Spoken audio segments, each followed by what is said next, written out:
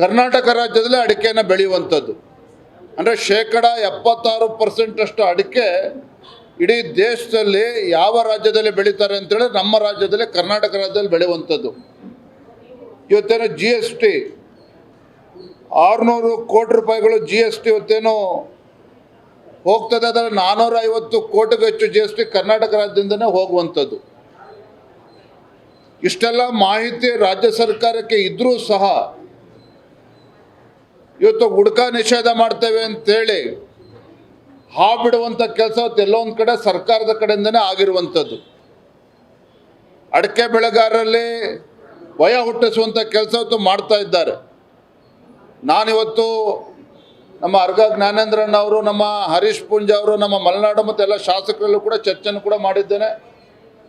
ಮಾನ್ಯ ಮುಖ್ಯಮಂತ್ರಿಗಳ ಕಾರ್ಯದರ್ಶಿ ಜೊತೆನೂ ಕೂಡ ಚರ್ಚೆ ಮಾಡಿ ಸೋಮವಾರ ಅಥವಾ ಮಂಗಳವಾರ ಸಮಯವನ್ನು ನಿಗದಿ ಮಾಡಬೇಕು.